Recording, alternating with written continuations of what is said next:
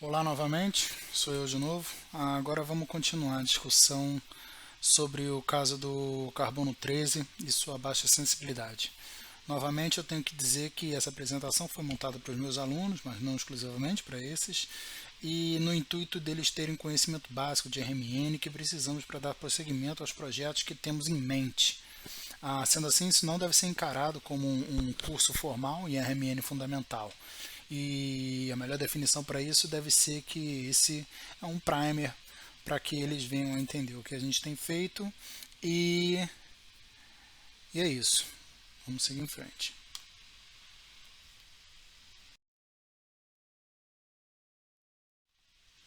Bom, a sensibilidade do carbono 13 em RMN é bastante inferior à do hidrogênio. E isso tem a ver com dois motivos principais. O primeiro seria a sua abundância natural, que é de por volta de 1,07%, que significa dizer que apenas um entre 100, em cada 100 átomos de carbono é de fato carbono 13, é o isótopo carbono 13. E é o isótopo carbono 13 que é o nosso isótopo ativo, que é o visível em RMN. Lembrando que o carbono 12, que é o majoritário, o isótopo majoritário, como ele tem massa atômica par, ele possui um spin zero. Então ele não apresenta magnetização. A gente diz que ele não está girando. Tá? Então esse talvez seja o principal motivo da baixa sensibilidade do hidrogênio, do carbono em relação ao hidrogênio.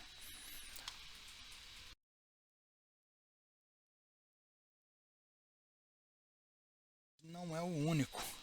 Bom, outro motivo é que é a sua razão magnetogírica. Essa razão magnetogírica do carbono 13 é igual a mais ou menos um quarto da razão magnetogírica do hidrogênio. Então, num instrumento de 9,4 Tesla, onde a frequência onde a sua frequência para um hidrogênio é de 14 MHz, então a gente chamaria esse equipamento de 400 MHz, desculpa, 400 MHz. Para o carbono 13, essa frequência vai ser de 100 MHz. Então, lembrando que a separação entre os estados alfa e beta é equivalente a 2μb0 e que esse μ é dependente da razão magnetogírica, essa separação é bem menor no caso do carbono 13. E logo o excesso de spins no estado alfa é ainda menor, né, do que comparado ao mesmo sistema para o hidrogênio, o que leva a uma sensibilidade ainda mais reduzida. Ok?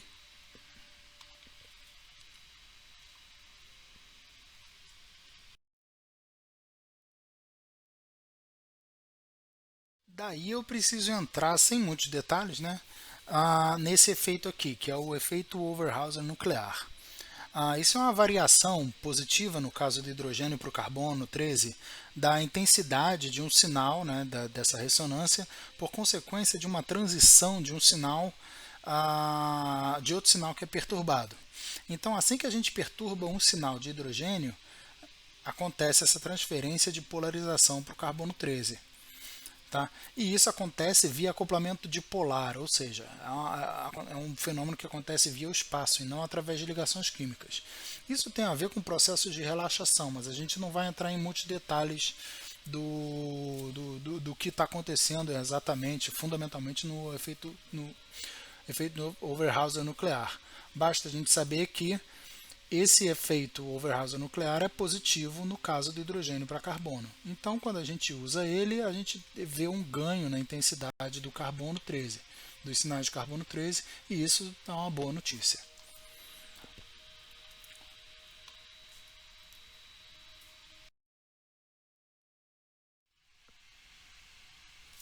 Então, o efeito Overhauser nuclear é usado para produzir maior sensibilidade nos experimentos para se obter dados relacionados ao deslocamento químico de carbono. Isso funciona bem também quando a detecção é feita no canal de hidrogênio e necessita dessa etapa de transferência de polarização, que está marcada aqui por esse retângulo no meio dessa sequência de HSQC, tá? E que essa transferência de polarização vamos chamar agora de mágica, porque não dá para justificar ele nesse momento, né? E é isso. A gente não vai entrar muito em detalhes de como que acontece essa transferência de magnetização, né, o objetivo desse caso, mas saiba que esse é um efeito que acontece e nós exploramos ele muito bem para ganhar alguma sensibilidade a mais nos espectros, principalmente de bidimensionais, onde a gente quer observar a dispersão dos sinais não só na janela espectral do hidrogênio, mas também na janela espectral do carbono, que de novo é bem maior, né? E também nos experimentos unidimensionais, monodimensionais, como o DEPT ou o APT, que também mostram uma transferência de polarização. Mas então, para que serve o espectro de carbono 13, né? Para que a gente usa ele? Talvez o ponto principal que nos interessa seja o fato dele ter uma janela espectral de 200 ppm, enquanto o hidrogênio, o próton, tem uma janela espectral de por volta de 12 ppm. Tá? Ainda, como geralmente bloqueamos através de sequências de pulso a criação de multipletos nos espectros de carbono 13 advindos do próton, que são majoritários, né?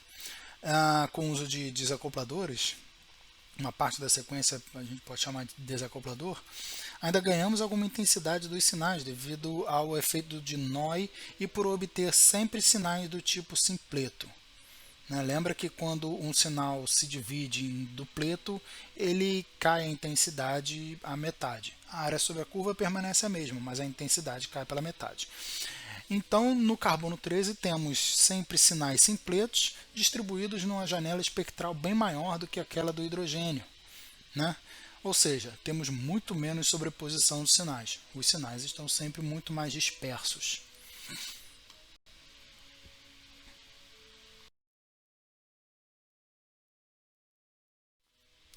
Observem aqui então os espectros da azitromicina. À esquerda, o espectro de próton da azitromicina e à direita, o espectro de carbono. Observe a sobreposição dos sinais ocorrente no espectro de hidrogênio, aqui à esquerda, né? E ausente no carbono. A gente vê aqui em detalhe nessa expansão que eu fiz aqui em cima.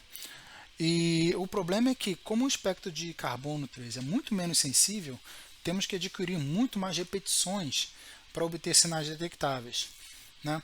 Então precisamos de muito mais tempo para a aquisição de um espectro de carbono 13 do que para um espectro de hidrogênio, né? Vamos dizer que um espectro de hidrogênio em 32 scans, né? Isso equivale a 32 repetições do experimento, e isso nos leva alguns minutos, 2 minutos.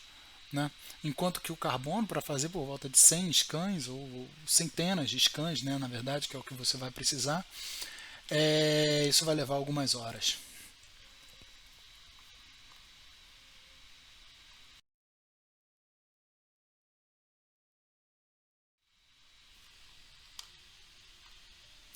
E aqui, só para criar uma atenção para o futuro, esse é o espectro do bidimensional do tipo HSQC, da azitromicina, carbono e correlacionando carbono e hidrogênio.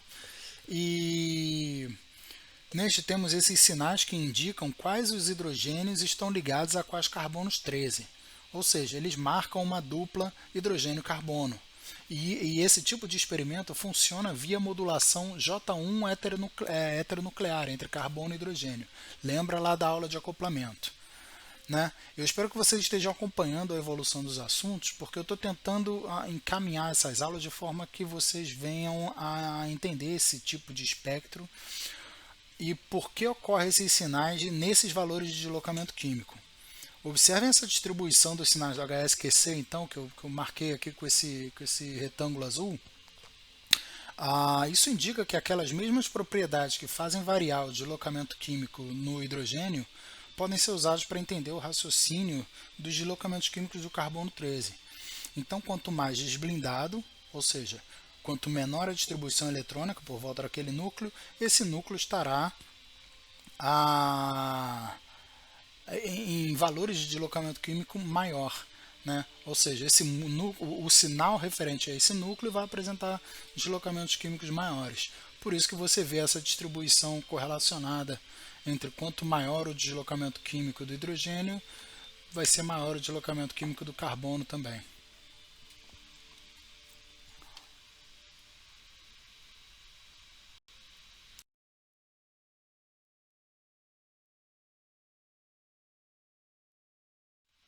E aqui novamente Aqui novamente uma tabela para servir de guia, vocês podem de novo buscar na internet, vocês vão acabar buscando na internet vários valores para isso. Só mostrando a distribuição dos tipos de carbono que vocês observem nos espectros e onde eles caem, né, no deslocamento químico, em ppm. Bom, a gente tem aqui, essa linha azul aqui está separando mais ou menos entre saturados e insaturados. A gente vê que os insaturados estão em valores de deslocamento químico maior, certo? Por causa justamente da distribuição eletrônica nas ligações químicas. E de novo, o caso dos carbonos de metila estão sempre, no caso dos hidrogênios eles estavam lá perto de 1, no caso aqui do carbono vai estar por volta de 10 a 20 ppm. É isso aí.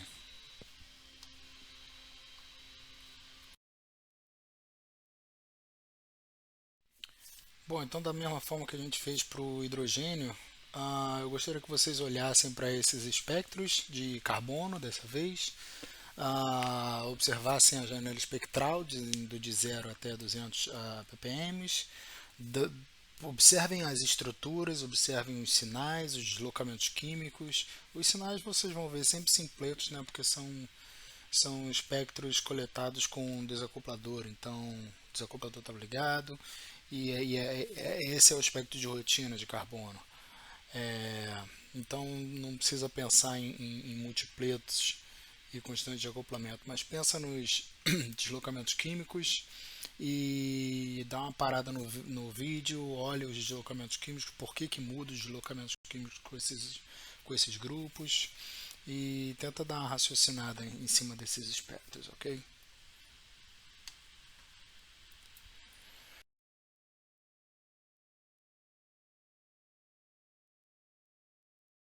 Da mesma forma, olha as estruturas, preste atenção nos deslocamentos químicos, tenta se justificar o porquê que tem um sinal aparecendo em 200, porquê que aquele sinal em 200 depois caminha para 170, depois é mantido em 170, mas aparece mais um outro sinal lá depois de 50.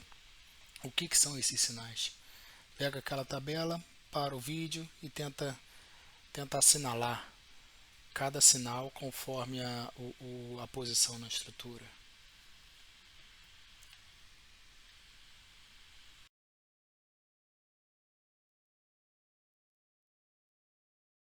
Aqui novamente a mesma coisa, só que com foco em ligações duplas. Observem que não tem nada além de 150 ppm.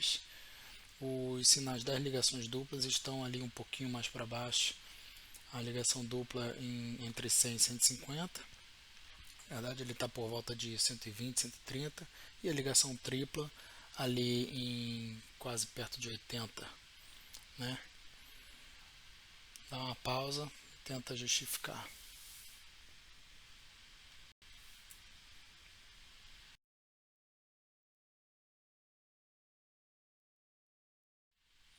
Adicionando agora os anéis aromáticos, né? De novo, tenta pausar o vídeo e tentar assinalar os sinais.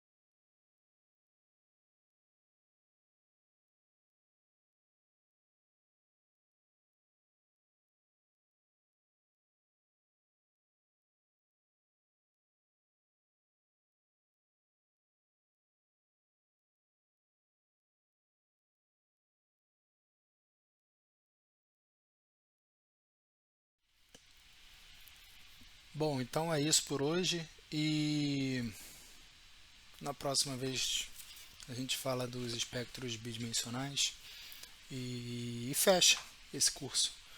O resto é conosco no laboratório mesmo. Ok? Obrigado.